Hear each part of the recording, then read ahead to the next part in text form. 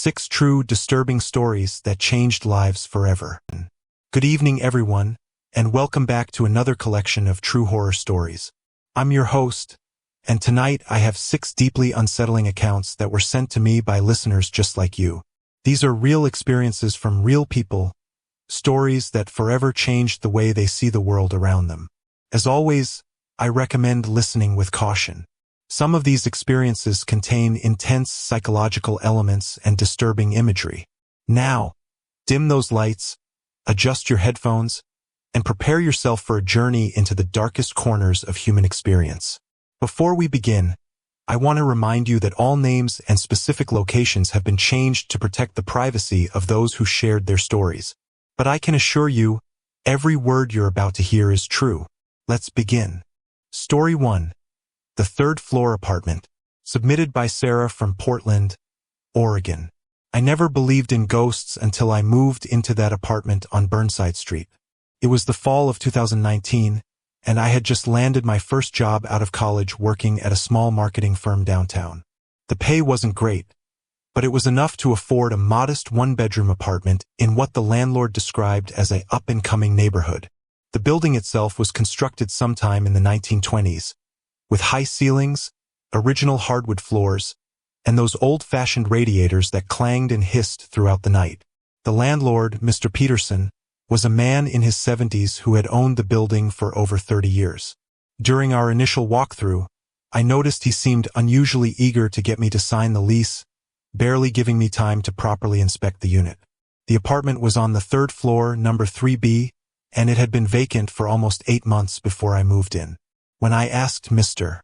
Peterson why it had been empty for so long, he simply shrugged and mumbled something about picky renters and tough market conditions. The rent was surprisingly affordable for the area, which should have been my first red flag. For the first 2 weeks, everything seemed perfectly normal. I established my routine. Wake up at 7, coffee and breakfast, work until 6, come home, dinner, Netflix, and bed by 11. The apartment was quiet, cozy, and exactly what I needed to start my new life in Portland. But on the night of October 15th, things began to change. I was lying in bed around midnight when I heard what sounded like footsteps coming from the apartment directly above me. This wasn't unusual. Apartment living comes with noise from neighbors. But these footsteps had a particular rhythm to them, slow and deliberate, as if someone was pacing back and forth across the length of the room. The pacing continued for about 20 minutes before stopping abruptly. I thought nothing of it and drifted off to sleep. The next night, the same thing happened. Same time, same rhythmic pacing, same abrupt stop after 20 minutes. By the 4th night, I decided to ask Mr. Peterson about the upstairs neighbor. Upstairs neighbor? He repeated, looking confused. There is no upstairs neighbor. The 4th floor apartment has been empty for over 2 years. A chill ran down my spine. But I've been hearing footsteps every night around midnight. Mr. Peterson's face went pale, and he quickly changed the subject, muttering something about old buildings and settling sounds. But I could see the concern in his eyes, and it made me more unsettled than I cared to admit. That night, I decided to investigate. When the pacing began at its usual time, I quietly left my apartment and climbed the stairs to the 4th floor. The hallway was dimly lit by a single bulb that flickered intermittently, casting dancing shadows on the faded wallpaper. I approached the door of apartment 4B, directly above mine, and pressed my ear against the wooden surface. The footsteps were definitely coming from inside, clear as day. But there was something else, a sound that made my blood run cold. It was humming. A woman's voice, soft and melodic, humming a tune I didn't recognize. I knocked softly on the door. The footsteps and humming stopped immediately. The silence that followed was so complete, so absolute, that I began to question whether I had heard anything at all. "Hello," I whispered. No response. I tried the doorknob, expecting it to be locked, but to my surprise, it turned easily. The door creaked open, revealing an apartment that was completely empty. No furniture, no personal belongings, nothing but bare walls and dusty hardwood floors. The moonlight streaming through the uncovered windows was the only source of illumination. I stepped inside, my heart pounding in my chest. The air was cold, much colder than it should have been for a sealed apartment. And there was a smell, something sweet and cloying, like flowers left too long in water. I walked through the empty rooms, my footsteps echoing in the silence. In what would have been the bedroom, I noticed something strange. Despite the thick layer of dust covering the rest of the floor, there was a clean path worn into the wood, as if someone had been walking the same route over and over again. Suddenly, I heard the humming again, but this time it seemed to be coming from right beside me. I spun around, but there was nothing there. The humming continued, growing slightly louder, and I realized with growing horror that it was the tune to Für Elise by Beethoven. I ran from the apartment, slamming the door behind me, and didn't stop running until I was safely back in my own unit with the door locked and chained. The next morning, I called Mr. Peterson and demanded an explanation. After much persistence, he finally told me the truth.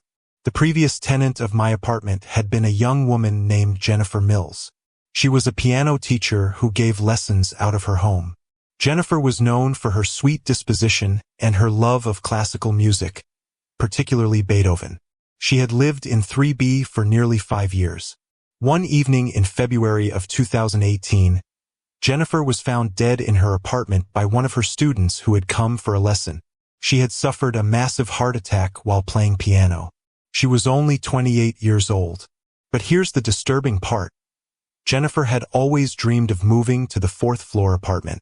She had asked Mr. Peterson repeatedly if she could transfer her lease when 4B became available. She claimed the acoustics would be better for her piano, and she loved the idea of being higher up, closer to the sky. Mr. Peterson told me that several tenants had reported similar experiences over the past 2 years. The footsteps, the humming, the cold spots. One tenant even claimed to have seen a young woman in a blue dress standing at the window of 4B, looking down at the street below.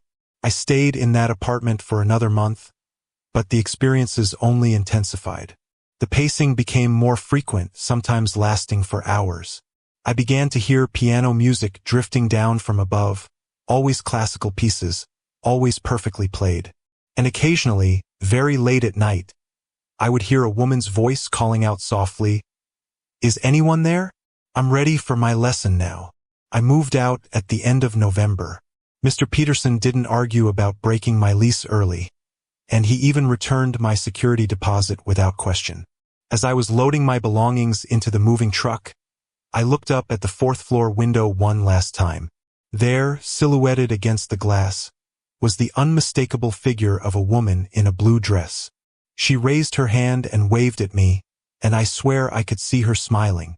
I never found out if the next tenant experienced the same things I did. But sometimes, when I'm playing music in my new apartment, I catch myself listening for the sound of footsteps above me, and I wonder if Jennifer is still up there, still waiting for her chance to move to the 4th floor. Story 2. The Night Security Guard. Submitted by Marcus from Detroit, Michigan.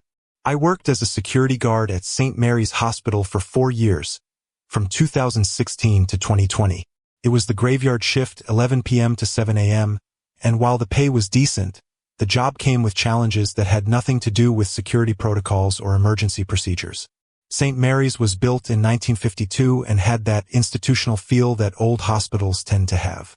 Long corridors with flickering fluorescent lights, the constant smell of disinfectant mixed with something else I could never quite identify, and an atmosphere that seemed heavy with decades of human suffering and loss.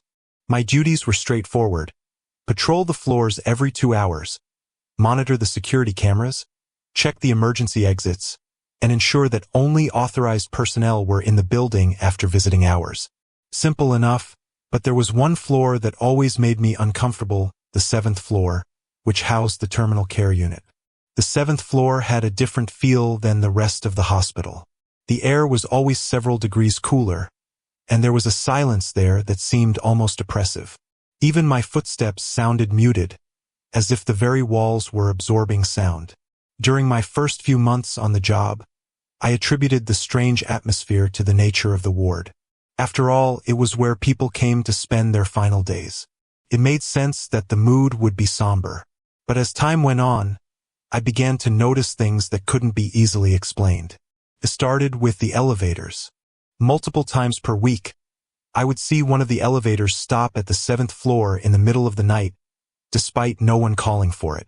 The doors would stay open for exactly 30 seconds, and then close again. When I would check the security footage later, there was never anyone visible entering or exiting the elevator. Then there were the phone calls. The hospital's main switchboard would receive calls at all hours from extension 7204, which was the phone in room 724. The problem was that room 724 had been permanently sealed off after a series of incidents in 2011. The phone had been disconnected, the room stripped of all equipment, and the door locked with a heavy-duty deadbolt. When these calls came in, the operator would hear only static or sometimes what sounded like labored breathing. On 3 separate occasions, the operator reported hearing a weak voice saying, "I'm ready to go home now," before the line went dead. I decided to investigate room 724 myself. Using my master key, I unlocked the door and stepped inside. The room was completely empty, just bare walls and a tile floor. There was no phone jack, no electrical outlets, and nothing that could possibly generate a signal to the switchboard. But the room wasn't silent. There was a sound, very faint, like someone breathing slowly and deeply. I stood perfectly still, trying to locate the source, when I realized the breathing was synchronized with my own heartbeat. I left the room immediately and never went back. The most disturbing incident happened on a Tuesday night in March of 2019. I was doing my midnight rounds when I heard what sounded like a code blue alarm coming from the 7th floor. A code blue meant cardiac arrest, a life-threatening emergency. I rushed to the elevator and rode up to the 7th floor, expecting to find medical staff performing CPR, crash carts being wheeled around, the controlled chaos that comes with trying to save someone's life. But when the elevator doors opened, the floor was completely quiet. No alarms, no emergency lights, no medical personnel. Just the usual dim corridor lighting and that oppressive silence. I walked down the hall, checking each room, looking for any sign of what might have triggered the alarm I'd heard. Every room was either empty or occupied by sleeping patients. I reached the nurse's station and found it unmanned, which was unusual but not unprecedented during the night shift. That's when I heard the voice. It was coming from room 718, and it was the voice of an elderly man, weak but clearly audible. "Nurse? Nurse, I need help. I can't breathe. Please, I can't breathe." I immediately went to room 718 and found an elderly man lying in the bed, his eyes wide with fear and panic. He was clutching his chest and gasping for air. I hit the call button and radioed for medical assistance. Within minutes, a team of doctors and nurses arrived. They worked on the man for nearly 20 minutes, but it was too late. He had suffered a massive heart attack and passed away at 12:47 a.m. Later, as I was filling out my incident report, I asked one of the nurses about the patient in room 718. "Room 718?" she said, looking confused. "That room has been empty all week. We haven't had a patient in there since last Tuesday." I insisted that there had been a man in the room, that I had witnessed his cardiac arrest, that the medical team had worked on him for 20 minutes. The nurse looked at me with genuine concern. "Marcus, I was part of that medical team. We responded to your call, but when we got to room 718, it was empty. We assumed you had made a mistake about the room number." I went back to room 718 with the nurse. The bed was neatly made, the equipment was unplugged and pushed against the wall, and there was no sign that anyone had been there recently. But I knew what I had seen. I knew what I had heard. The next day, I requested the security footage from the 7th floor cameras for that night. The footage showed me walking down the hallway, entering room 718, and frantically pressing the call button. But in the video, the room appeared empty the entire time. However, there was something else in the footage that chilled me to the bone. Just before I entered the room, you could see a brief shadow moving across the floor, as if someone had walked past the camera. But there was no one visible in the hallway. I started doing research into the history of room 718. What I found was a pattern dating back nearly a decade. Every few months, Someone would report seeing a patient in that room who wasn't supposed to be there. Security guards, cleaning staff, even some medical personnel had reported similar experiences. The most detailed account came from a nurse named Patricia who had worked the night shift in 2014. According to her report, she had been caring for an elderly man named Robert Chun in room 718. Mr. Chun had been admitted with pneumonia that had progressed to respiratory failure. Patricia described spending the entire night monitoring Mr. Chun, adjusting his oxygen, and trying to keep him comfortable. She documented his vital signs every hour and noted his gradual decline. At 12:47 a.m., she recorded that Mr. Chun had passed away peacefully in his sleep. But here's the problem. According to hospital records, there was no patient named Robert Chun admitted in March of 2014. Room 718 had been empty that entire week due to a plumbing issue. Patricia left her job the following month and never returned to healthcare. I started keeping a detailed log of every strange occurrence on the 7th floor. Over the course of 6 months, I documented 17 separate incidents involving room 718. Always the same pattern. Someone would report a patient in distress, medical staff would respond, and the room would be found empty. But the most disturbing discovery came when I was going through old employee records. I found a death certificate for a security guard named William Torres, who had worked the night shift at St. Mary's in 1987. William had suffered a fatal heart attack while on duty. He died in room 718 at 12:47 a.m. I quit my job at St. Mary's in October of 2020. I told my supervisor that I was moving out of state, but the truth is that I couldn't handle working in that building anymore. The weight of all those unresolved deaths, all those lingering spirits, was affecting my sleep, my relationships, my mental health. But even now, 3 years later, I still think about room 718. I wonder if there are still reports of mysterious patients appearing in that room. I wonder if the new security guards hear the same voice calling for help in the middle of the night. And sometimes, when I'm lying in bed in the early hours of the morning, I still hear that elderly man's voice. Nurse? Nurse? I need help. I can't breathe. Story 3. The Children's Playground. Submitted by Lisa from Spokane, Washington. This story takes place in the summer of 2021, during the height of the pandemic when everything felt surreal and isolated.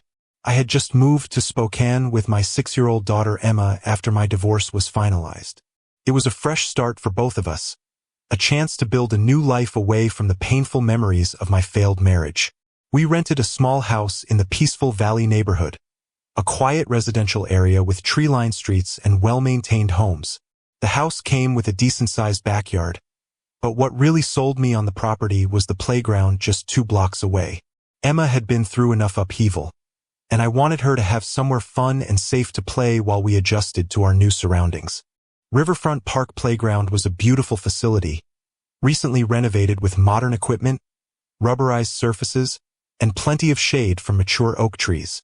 During our first visit, Emma was delighted by the elaborate jungle gym, the tall spiral slide, and the collection of spring-mounted animals near the sandbox. We started visiting the playground almost daily. Emma would run straight to her favorite piece of equipment, a red and yellow rocket ship climber, while I would sit on one of the benches with a book or my phone, keeping one eye on her and enjoying the peaceful atmosphere. For the first few weeks, everything was perfect. Emma was making friends with other children who frequented the playground, and I was beginning to feel like we might actually be able to build a happy life in Spokane. But then I started noticing something odd. There was another child who appeared to visit the playground regularly, a little boy who looked to be about Emma's age. He had dark hair, pale skin, and always wore the same outfit, a blue striped shirt and khaki shorts. What struck me as unusual was that this boy always seemed to be alone. I never saw any adult accompanying him, no parent or caregiver watching from the benches. At first, I assumed he lived in the neighborhood and his parents allowed him to play independently. Some families are more comfortable with that level of freedom, especially in safe communities like Peaceful Valley. But as I observed more carefully, I began to notice disturbing details about this child's behavior. He never interacted with the other children.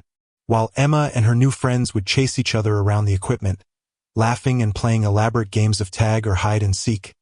This boy would remain completely isolated. He would sit on the swings, moving back and forth slowly, or climb to the top of the jungle gym and simply sit there, staring out over the park with an expression that seemed far too serious for a child his age. And there was something about his eyes. Even from a distance, I could see that they held a sadness that seemed impossible for someone so young. Emma mentioned him during one of our walks home from the playground. "Mommy, why doesn't the sad boy ever want to play with us?" "What sad boy, honey?" "The boy in the blue shirt. He's always there, but he never talks to anyone. He just watches us play." I felt a chill run down my spine. "Has he ever tried to talk to you?" "No, but sometimes I wave at him and he waves back. He looks lonely." That night, I couldn't shake the feeling that something wasn't right about the situation. I decided to do a little research about the playground and the surrounding area to see if there had been any incidents or safety concerns I should know about. What I found in the local newspaper archives made my blood run cold. In August of 2018, a 7-year-old boy named Timothy Morrison had gone missing from Riverfront Park Playground.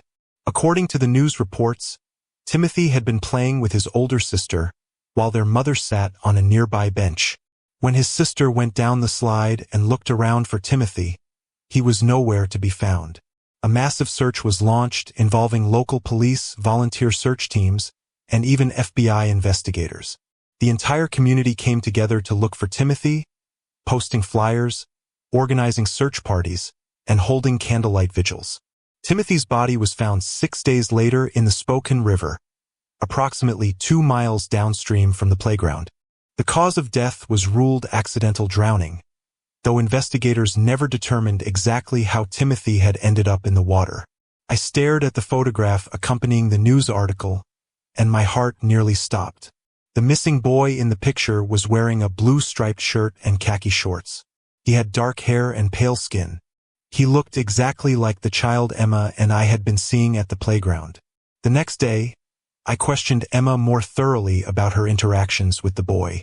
"Sweetie, when you see the boy in the blue shirt, does he look normal to you?" Emma thought about this for a moment. "What do you mean, normal?" "Well, does he look like the other children? Does he seem healthy and happy?" "He looks sad all the time," Emma said. "And sometimes he looks wet like he just got out of a swimming pool. But there's no pool at the playground." My hands began to tremble. "Emma, this is very important. I want you to promise me that you won't go near that boy, okay? If you see him, you stay close to Mommy." "Why? Is he dangerous?" I didn't know how to answer that question. Was he dangerous? Or was he simply a lost soul, stuck in a place where he had once been happy? Against my better judgment, I decided to visit the playground alone that evening after Emma had gone to bed. I wanted to see if the boy appeared when Emma wasn't there, and I wanted to try to understand what I was dealing with. The playground looked different at dusk. The bright colors of the equipment seemed muted in the fading light, and the shadows cast by the oak trees created an atmosphere that was more eerie than inviting. I sat on the same bench where I usually watched Emma play and waited. At approximately 7:30, just as the last light was disappearing from the sky, I saw him. The boy appeared near the rocket ship climber, Emma's favorite piece of equipment. One moment the area was empty, and the next moment he was there, as if he had simply materialized out of the shadows. He looked exactly as Emma had described him. Dark hair, pale skin, blue striped shirt, and khaki shorts. But up close, I could see details that made my stomach turn.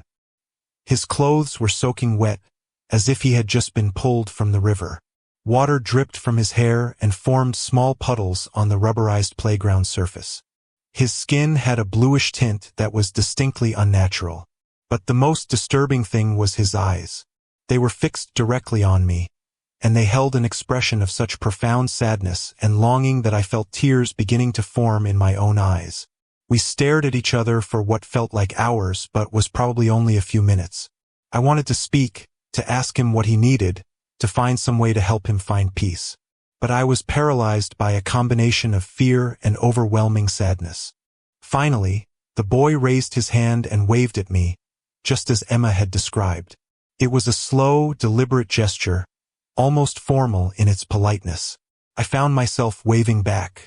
Then, as suddenly as he had appeared, he was gone.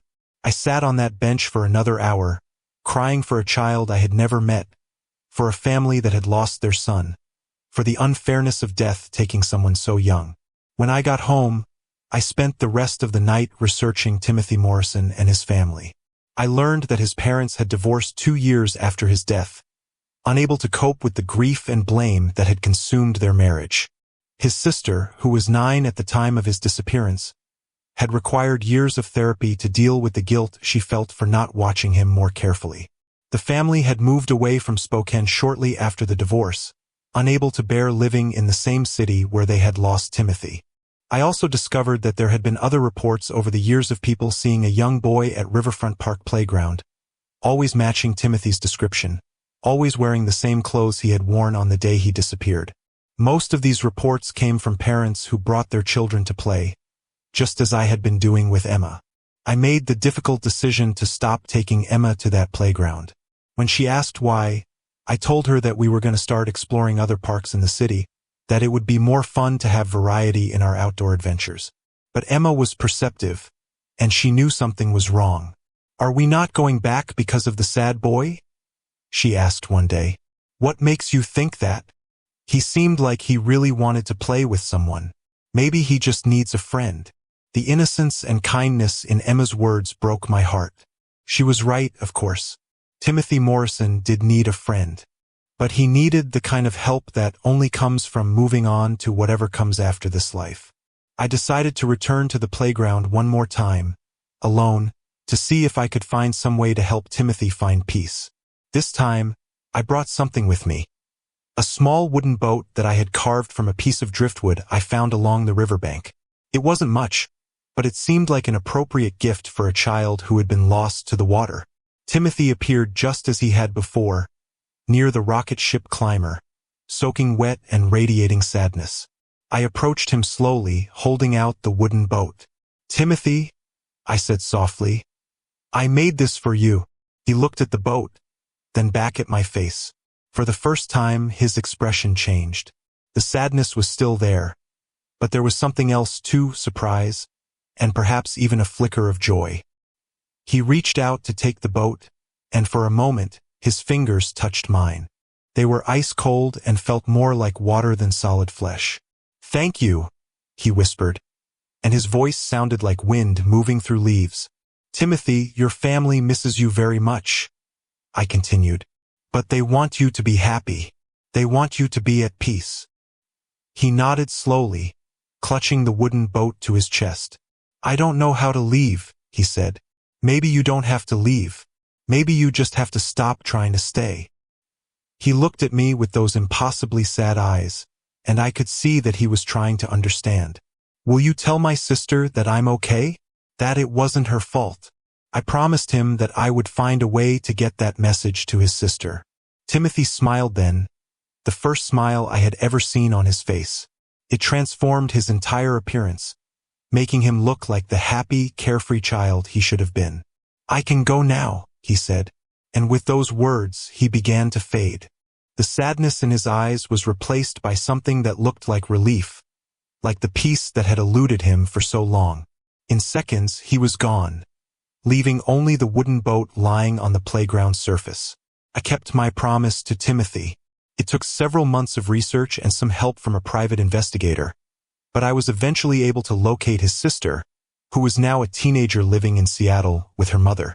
I wrote her a carefully worded letter, explaining that I had been visiting the playground where Timothy had disappeared, and that I felt compelled to share a message that had come to me in a dream. I told her that Timothy wanted her to know that he was okay, that he was at peace, and that his disappearance had never been her fault. She wrote back 2 weeks later. Her letter was filled with gratitude and tears, and she shared that she had been carrying guilt about Timothy's death for years, despite years of therapy and her family's reassurances.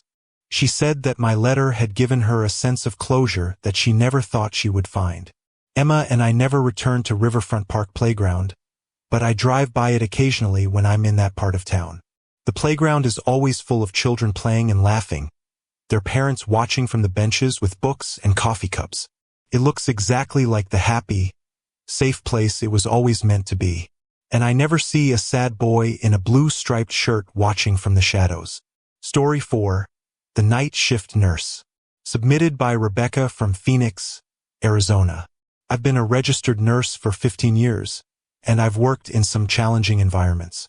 ICUs, emergency departments, psychiatric wards. I thought I had seen everything the medical field could throw at me. But nothing prepared me for my experience working the night shift at Sunset Manor Nursing Home in the winter of 2020. Sunset Manor was a 90-bed facility that specialized in long-term care for elderly patients with advanced dementia and Alzheimer's disease. It was housed in a converted mansion from the 1920s, with long corridors, high ceilings, and an abundance of dark wood paneling that gave the place a perpetually gloomy atmosphere. I was hired to work the 11 p.m. to 7 a.m. shift on the third floor, which housed 24 residents in various stages of cognitive decline. It was challenging work, managing medications, responding to emergencies, providing comfort care to people who were often confused and frightened by their surroundings. But the job paid well, and the night differential made it financially worthwhile for someone like me who was trying to pay off student loans and support a family. My supervisor, Janet, was a woman in her 50s who had been working at Sunset Manor for over 20 years. During my orientation, she walked me through the procedures, showed me where supplies were stored, and introduced me to the regular residents. "You'll find that nights here are usually pretty quiet," Janet told me as we made our rounds. "Most of our residents sleep through the night, though you'll occasionally have someone who gets confused and tries to wander around." She paused at the door of room 314. "This room has been empty for about 6 months. The last resident passed away in the spring, and we haven't had anyone new admitted who was appropriate for this particular room." I glanced inside. It was identical to all the other rooms: a hospital bed, a small dresser, a single window that looked out over the parking lot. Nothing unusual or noteworthy. "Is there something special about this room?" I asked. Janet hesitated for a moment. "Well, we've had some issues with this room over the years. Nothing serious, just some residents claiming they hear sounds coming from inside when it's supposed to be empty. The day shift nurses have reported similar things." "What kind of sounds?" "Oh, you know how it is with old buildings. Settling, creaking, that sort of thing. Plus, our residents often have auditory hallucinations as part of their condition. It's probably nothing to worry about." But something in Janet's tone suggested that she wasn't entirely convinced of her own explanation. My first week on the job passed without incident. I quickly learned the routines, got to know the residents, and settled into the rhythm of night shift work. The building was indeed quiet during those overnight hours, with most residents sleeping peacefully until morning. But on my 8th night, I began to understand what Janet had been talking about. I was sitting at the nurse's station around 2 a.m., updating patient charts, when I heard what sounded like a television coming from somewhere down the hall. The volume was low, but I could distinctly hear voices and what might have been music. I walked down the corridor, trying to locate the source of the sound. As I got closer to room 314, the sound became clearer. It was definitely a television, and it seemed to be playing some kind of old variety show or musical program. The sound was definitely coming from room 314. I unlocked the door and stepped inside. The room was completely dark and empty, just as it should have been. I flipped on the light switch, but there was no television in the room, no radio, no electronic devices of any kind. Yet I could still hear the sound of the show, as clear as if I were standing right next to a television set. I stood in the middle of the empty room, listening to what sounded like a game show from several decades ago. I could hear the host asking questions, contestants giving answers, and an audience applauding and laughing. Then suddenly the sound stopped. Complete silence. I checked every inch of the room, looking for any possible explanation. I examined the walls for hidden speakers, checked the electrical outlets, even looked under the bed and inside the empty dresser drawers. Nothing. The next night, I mentioned the incident to Janet when she came in for her shift. "Oh, that," she said, looking uncomfortable. "Yes, that happens sometimes. We think it might be sound carrying from one of the other rooms, maybe through the ventilation system or the old plumbing. But I had checked all the other rooms that night. Every resident had been sleeping, and none of them had televisions turned on. Over the next few weeks, the sounds from room 314 became more frequent and more varied. Sometimes it was television shows, sometimes it was radio programs, and occasionally I would hear what sounded like people having conversations. The conversations were the most unsettling, because they seemed to be taking place right inside the room, as if there were 2 or 3 people sitting around chatting about their day. I began keeping notes about these incidents, documenting the times, the types of sounds, and the duration of each episode. A pattern emerged. The sounds always occurred between midnight and 4 a.m. They lasted anywhere from 10 minutes to 2 hours, and they always stopped abruptly when I entered the room. But the most disturbing discovery came when I started researching the history of room 314. I found records going back to 2015 showing a long list of residents who had occupied that room over the years. What struck me was how many of them had died during the night shift, between midnight and 4 a.m., the exact same time window when I was hearing the mysterious sounds. There was Margaret Chen, age 84, who passed away at 1:22 a.m. while watching her favorite late-night talk show.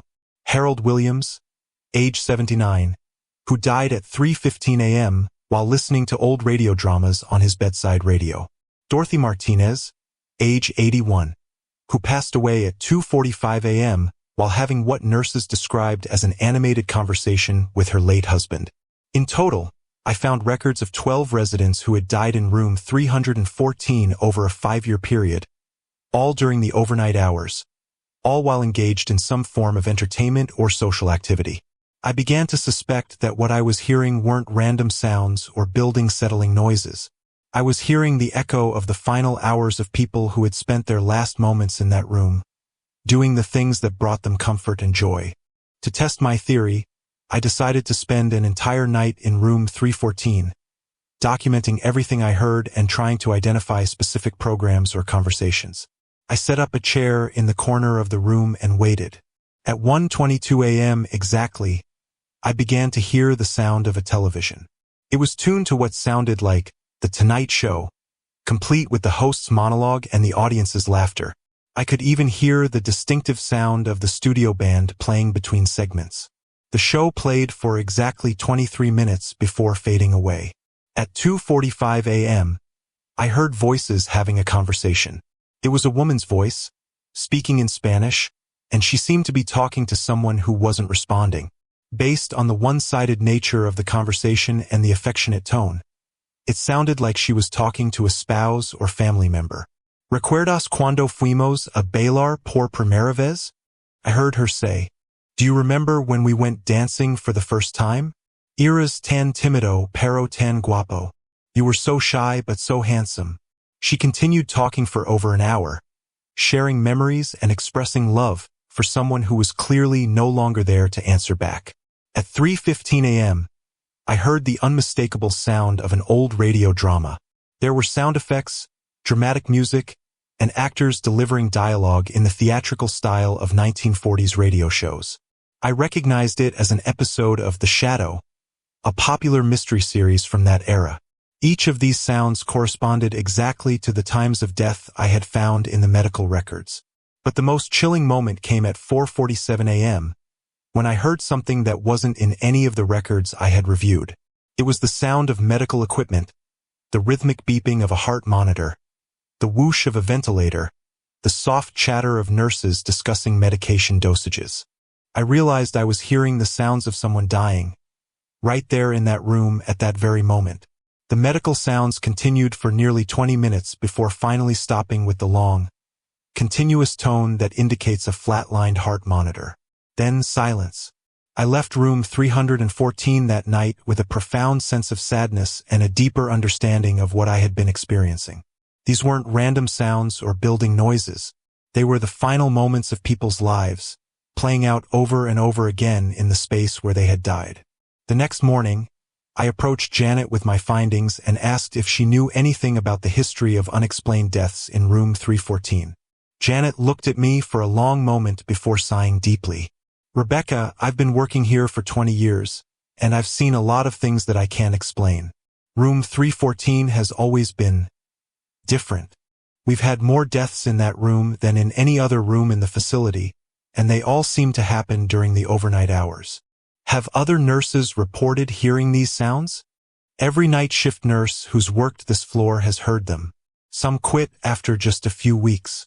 Others, like you, seem to be able to handle it better. But why haven't you reported it to administration? Why haven't you tried to figure out what's causing it? Janet laughed, but there was no humor in it. You think administration wants to hear about ghost stories? This is a business, Rebecca. We have beds to fill and families to reassure. The last thing management wants is rumors about haunted rooms. So you just ignore it? We acknowledge it. We document unusual incidents when necessary, and we do our best to provide comfort to our residents, whether they're living or otherwise. I continued working at Sunset Manor for another 6 months, and the sounds from room 314 never stopped. If anything, they seemed to become more frequent and more distinct as time went on.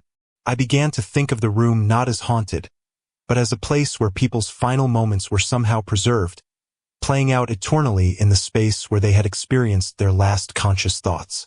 There was something both sad and beautiful about that concept.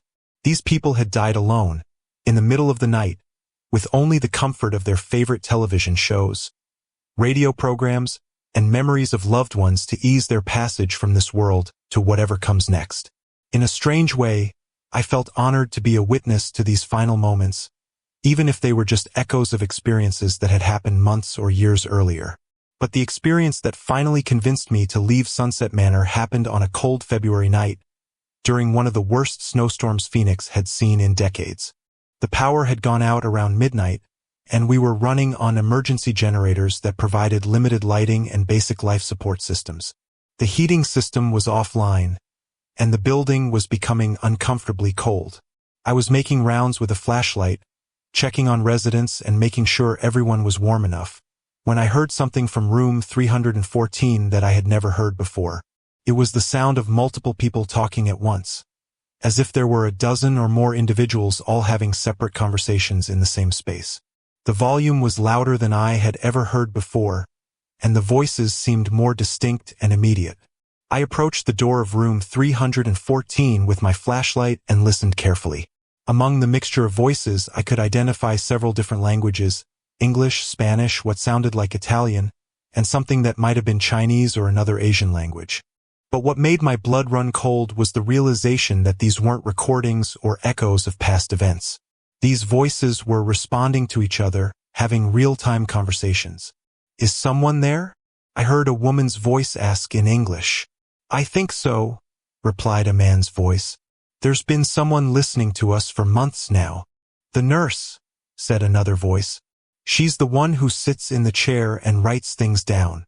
They were talking about me." I pushed open the door to room 314, and my flashlight illuminated what should have been an empty room. But it wasn't empty. The room was filled with translucent figures, dozens of elderly people in hospital gowns and pajamas, all looking directly at me. They appeared to be sitting in chairs that weren't there, lying in beds that didn't exist, standing in spaces that should have been unoccupied. I recognized some of them from photographs in the medical files I had been reviewing: Margaret Chen, Harold Williams, Dorothy Martinez, and many others whose names I had seen in the death records. "Hello, Rebecca," said Margaret Chen, her voice as clear as if she were standing right next to me. "We've been waiting to talk to you." I tried to speak, but no words came out. I was frozen in place, my flashlight trembling in my hand. "Don't be afraid," said Harold Williams. "We just wanted to thank you." "Thank me?" "For listening," said Dorothy Martinez. "For caring about our stories. Most people just ignore us, pretend we're not here. But you paid attention. We know you've been trying to understand," added another voice. "We know you've been researching our lives, learning about who we were before we came to this place." I finally found my voice. "What do you want from me?" "Nothing," said Margaret. "We just wanted you to know that we're not trapped here. We're not suffering. We're just waiting." "Waiting for what?" "For our families to let go," Harold explained. For our loved ones to stop grieving so intensely that they keep us tethered to this world. When someone dies, sometimes the pain of those left behind can create a kind of anchor that prevents the deceased from moving on. But why this room? Why room 314 specifically? This room has always been a place of transition, Dorothy said.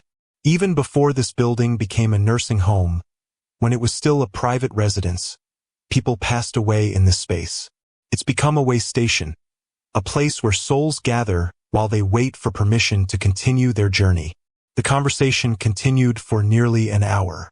The spirits told me about their lives, their families, their fears and regrets. They shared stories of love and loss, of dreams fulfilled and opportunities missed. But most importantly, they asked me to help their families find peace. Margaret's daughter visits her grave every day, Harold told me. She brings fresh flowers and sits there for hours, crying and apologizing for not being there when her mother died. Margaret can't move on while her daughter is in so much pain. My son thinks he should have put me in a different facility, Dorothy added. He blames himself for my death, thinks that if he had made different choices, I might still be alive. That guilt is keeping me here. One by one, they shared similar stories. Each of them had family members who were consumed by grief, guilt, or regret, and that intense emotional connection was preventing them from finding rest. What can I do to help? I asked. Find a way to let them know that we're okay, Margaret said. That we don't blame them for anything. That we want them to be happy and live full lives. When the power came back on an hour later, the spirits faded away, leaving me alone in the empty room with a profound sense of purpose. I spent the next several weeks researching the families of the residents who had died in room 314. Using social media, obituary records, and some help from the facility's social worker, I was able to locate contact information for several relatives. I crafted carefully worded letters, explaining that I was a nurse who had cared for their loved ones during their final days. I shared positive memories and final messages of love, always being careful to frame these communications as things I had observed or heard directly from the residents before they passed away. The responses I received were overwhelming. Family members expressed gratitude for the closure, relief at knowing their loved ones hadn't suffered, and most importantly, a sense of peace that they had been forgiven for any perceived failures. Over the course of 2 months, I sent out 17 letters. And during those 2 months, the sounds from room 314 gradually became less frequent and less intense. By the time I left Sunset Manor in June of 2021, room 314 was finally truly quiet. I don't know if what I experienced was real in any conventional sense. I don't know if I actually spoke with the spirits of deceased residents, or if I had simply found a way to help grieving families process their loss. But I do know that 17 families found peace during those months, and that room 314 is no longer a place of restless spirits and unexplained sounds. Sometimes, the most important part of caring for people isn't about treating their physical ailments or managing their medical conditions. Sometimes, it's about helping them find peace in whatever form they need it most. And sometimes, that care extends beyond the moment of death, into whatever realm exists between this world and the next. Story 5: The College Roommate. Submitted by David from Burlington, Vermont. This story takes place during my junior year at the University of Vermont, in the fall semester of 2017. I was 20 years old, majoring in environmental science, and living in a 2-bedroom apartment just off campus with a roommate I had met through the university's housing placement service. My roommate's name was Alex Chen, and he was a computer science major from California. We had never met in person before moving in together, but we had exchanged a few emails over the summer and seemed compatible enough. He was quiet, studious, and didn't party much, which was perfect for me, since I needed a peaceful environment to focus on my demanding coursework. The apartment itself was nothing special, a generic 2-bedroom unit in a complex that housed mostly college students. Thin walls, outdated appliances, and furniture that had seen better days. But it was affordable, close to campus, and had decent internet, which was all either of us really cared about. For the first month of the semester, everything went smoothly. Alex and I fell into an easy routine. We'd nod hello in the mornings, occasionally chat about classes or assignments, and generally stayed out of each other's way. He spent most of his time in his room working on programming projects, while I used the living room for studying and the occasional Netflix binge. Alex was exactly the type of roommate I had hoped for. Respectful, clean, quiet, and responsible about paying his share of the bills on time. But as September turned into October, I began to notice some changes in his behavior that seemed unusual.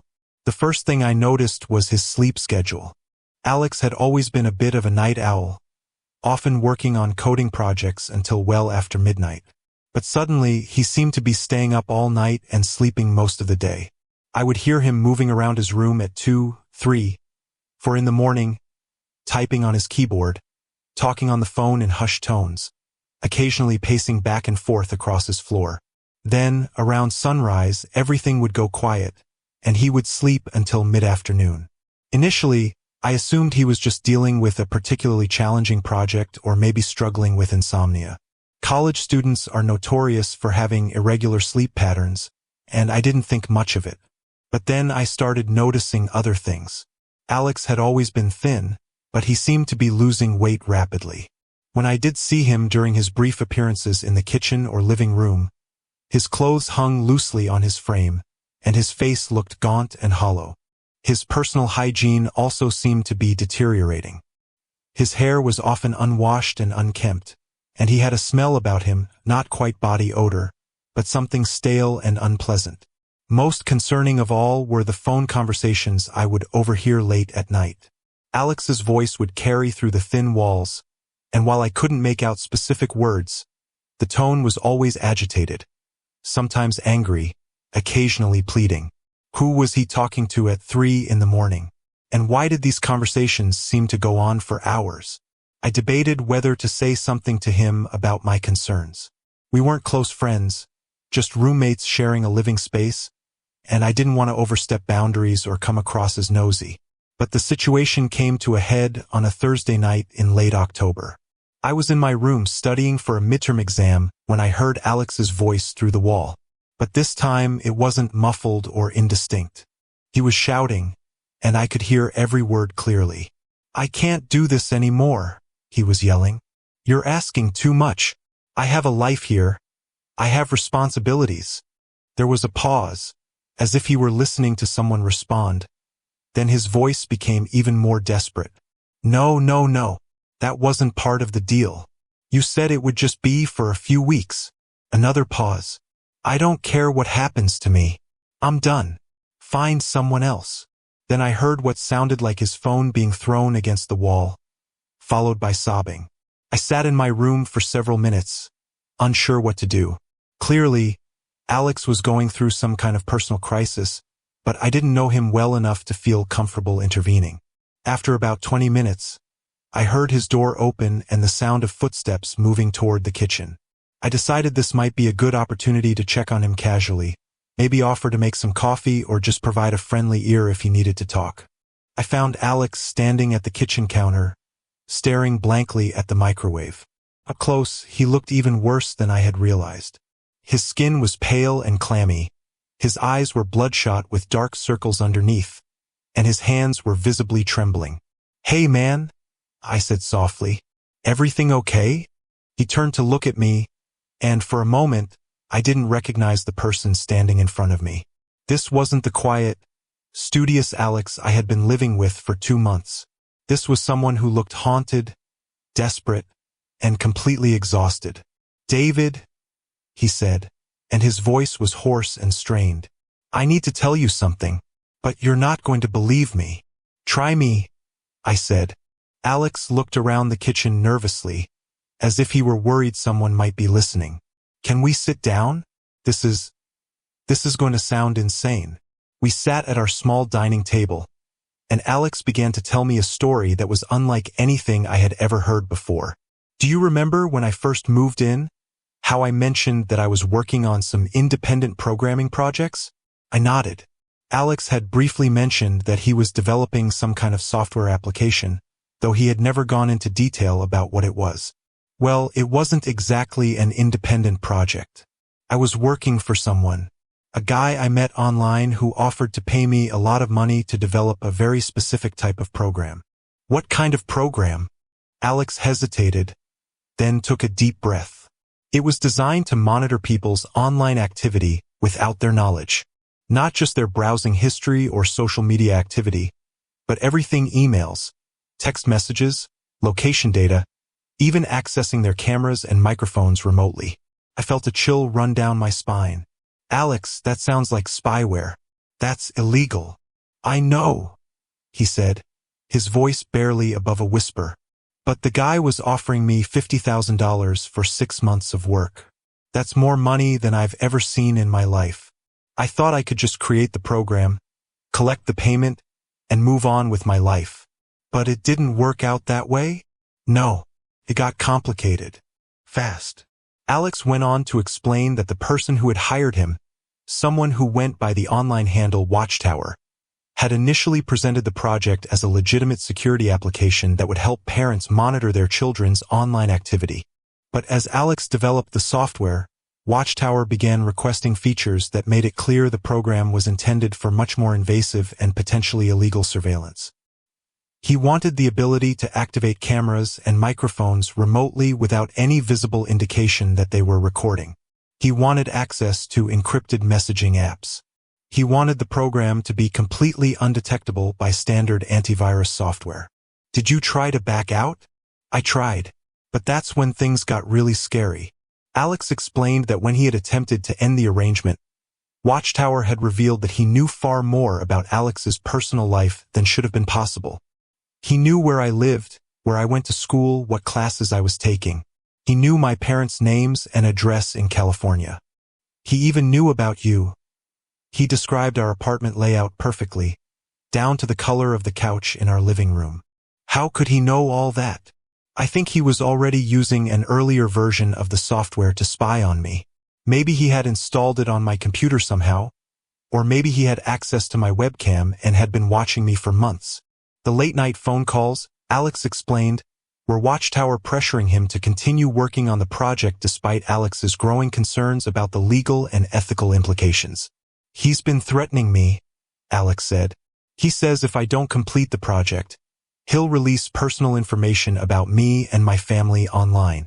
He has photos of me, private conversations, even some compromising pictures that he somehow obtained from my phone. Alex, this is blackmail. You need to go to the police. With what evidence? I have no idea who this person really is. I don't know his real name, his location, or even if Watchtower is just one person or a group of people. And if I go to the authorities, I'd have to admit that I've been developing illegal surveillance software for the past 6 months. I could see the impossible situation Alex was in. He was trapped between completing a project he knew was wrong and facing potential blackmail and harassment if he refused. What are you going to do? I don't know. I haven't slept in 3 days. I can barely think straight anymore. But I know I can't keep living like this.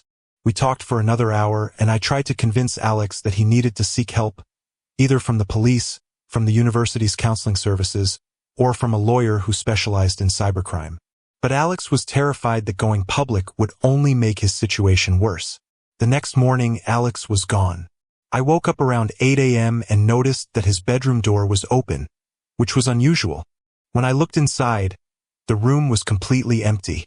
His clothes, his computer equipment, his textbooks, everything was gone. There was a note on my desk. David, thank you for listening last night. It meant more than you know. I've decided to go home to California and figure this out with my family's help. I'm sorry for leaving without saying goodbye, and I'm sorry for bringing this situation into our apartment. Please don't try to contact me for a while. I need time to sort this out. Alex. I never heard from Alex again. I tried calling his cell phone several times over the next few weeks, but it went straight to voicemail. I sent him emails that went unanswered. I even tried contacting the university's registrar to see if he had withdrawn from his classes, but they wouldn't give me any information due to privacy policies. It was as if Alex Chun had simply vanished. But the story doesn't end there. About a month after Alex disappeared, I started experiencing some unusual problems with my own computer and phone. My internet browsing became sluggish. My phone battery would drain much faster than usual, and I occasionally received strange text messages from numbers I didn't recognize, usually just random strings of letters and numbers that looked like code. At first, I attributed these issues to normal technical problems. But then I remembered Alex's story about Watchtower and the surveillance software. I took my devices to the university's IT security department and asked them to scan for malware and spyware. What they found was disturbing. My laptop had been infected with a sophisticated piece of surveillance software that had been monitoring my online activity, recording my keystrokes, and periodically activating my webcam and microphone. The software was incredibly advanced. It had been operating for months without being detected by my antivirus program, and it was designed to transmit data to a remote server whose location couldn't be traced. Even more unsettling was the discovery that the software had been installed long before Alex had told me about his situation. The creation date on the malicious files indicated that my computer had been compromised shortly after Alex and I had first moved in together. This meant that Watchtower had been spying on both of us for months, monitoring our conversations, our activities, our personal information. The IT security team helped me completely wipe and reinstall the operating systems on all my devices, and I changed all my passwords and account security settings. But the damage was done. Someone had been watching me, listening to me, and recording my private moments for months without my knowledge.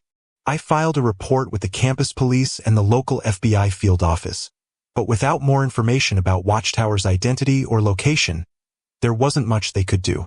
I also tried to track down Alex's family in California, hoping to find out if he had made it home safely and whether he was getting the help he needed. What I discovered was perhaps the most disturbing part of this entire experience. There was no record of Alex Chen being enrolled at the University of Vermont. According to the registrar's office, no student by that name had ever been registered for classes. There was no record of him living in university housing, no record of him being assigned to my apartment, no financial aid records, no transcripts from other institutions. As far as the university was concerned, Alex Chen had never existed. I contacted the apartment complex management, thinking there might be some mistake or confusion with the records. They told me that I had been the sole occupant of a one-bedroom apartment since the beginning of the semester.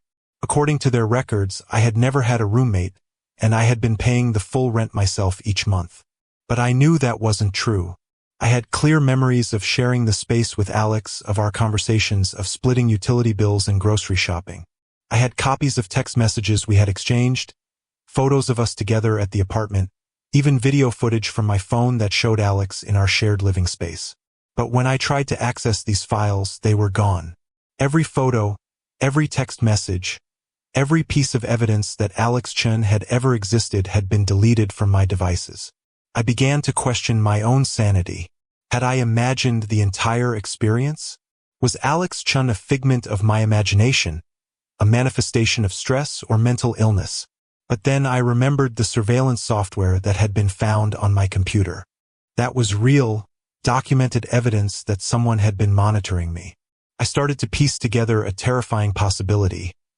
What if Alex Chen wasn't a college student at all? What if he was an agent of some kind, sent to live with me specifically for the purpose of conducting surveillance? What if the entire story about Watchtower and the blackmail had been an elaborate fiction designed to explain away his suspicious behavior and provide cover for his sudden disappearance? What if I had been targeted for reasons I still don't understand? I never found answers to these questions. I finished my junior year, moved to a different apartment for my senior year, and graduated with my degree in environmental science. I now work for a consulting firm in Boston, and I've tried to put the entire experience behind me. But I still think about Alex Chen almost every day. I think about the conversations we had, the person I thought I knew, and the possibility that nothing about our relationship was real. I think about the surveillance software and wonder what information was collected about me, who has access to that data, and how it might be used. And I think about the fact that someone, somewhere, went to extraordinary lengths to insert a false person into my life for months, monitor my activities, and then erase all evidence of their presence. The question that haunts me most is, why me? I wasn't involved in anything dangerous or controversial. I was just a college student studying environmental science, living a completely ordinary life. What could anyone possibly want to learn about me that would justify such an elaborate surveillance operation?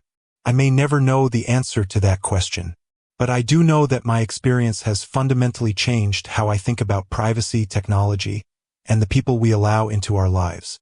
I know that the digital age has made it easier than ever for people to monitor, manipulate, and deceive us in ways we might never detect. And I know that somewhere out there, Alex Chen, or whoever he really was, might be living with another unsuspecting roommate, playing another role, conducting another operation. If you're listening to this and you have a roommate you met through an online service, someone who seems almost too perfect for your situation, someone whose background you've never been able to fully verify, pay attention. Watch for the signs I missed. The unusual sleep schedule, the secretive phone calls, the gradual changes in behavior. And remember that in our connected world, the greatest threats to our safety and privacy might come not from strangers on the internet, but from the people we trust enough to share our homes with. Story 6. The Online Dating Profile.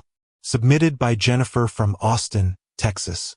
I want to preface this story by saying that I consider myself a smart, cautious person. I've been using dating apps for several years, and I thought I knew how to protect myself from the usual risks: catfishing, creeps, people who misrepresent themselves online. I always met potential dates in public places. I told friends where I was going, and I trusted my instincts when something felt off. But nothing could have prepared me for what happened when I matched with someone who called himself Michael Richardson in the spring of 2022. I was 32 at the time, working as a marketing coordinator for a tech startup in Austin. I had been single for about 8 months following the end of a long-term relationship, and I was just starting to feel ready to put myself back out there and meet new people. Michael's profile caught my attention because it was refreshingly different from the typical dating app profiles I usually encountered. Instead of gym selfies and generic descriptions like, "I love to laugh and have fun," his profile was thoughtful and detailed. His photos showed an attractive man in his mid-30s with kind eyes and a genuine smile. There were pictures of him hiking, reading in a coffee shop, volunteering at what appeared to be an animal shelter. His bio mentioned that he was a freelance photographer who traveled frequently for work, that he enjoyed cooking, and that he was looking for someone to share life's small adventures with. We matched on a Thursday afternoon, and he sent me a message that evening. "Hi Jennifer, I noticed from your profile that you mentioned loving independent bookstores. There's a tiny place called Bookwoman that I discovered last week. They have an amazing poetry section and serve incredible coffee. Have you been there? I'd love to know if you have any other hidden Austin gems to recommend." It was exactly the kind of message I hoped to receive: specific, personal, and showing that he had actually read my profile rather than sending a generic pickup line. We exchanged messages for about a week before moving our conversation to text messaging. Michael was articulate, funny, and genuinely interested in getting to know me. He asked thoughtful questions about my work, my hobbies, and my thoughts on everything from favorite travel destinations to childhood memories. What impressed me most was his emotional intelligence. When I mentioned that I was feeling stressed about a big presentation at work, he didn't try to immediately offer solutions or minimize my concerns. Instead, he asked how I was coping with the pressure and shared a story about his own experience with work anxiety. After 2 weeks of messaging, Michael asked if I'd like to meet for coffee. "I know a great little place called Radio Coffee," he suggested. "It's usually pretty busy, so we won't have any awkward silences. But it's got good acoustics, so we'll actually be able to hear each other talk. Does Saturday afternoon work for you?" I agreed, and we made plans to meet at 2 p.m. I arrived at Radio Coffee a few minutes early and found a table near the window.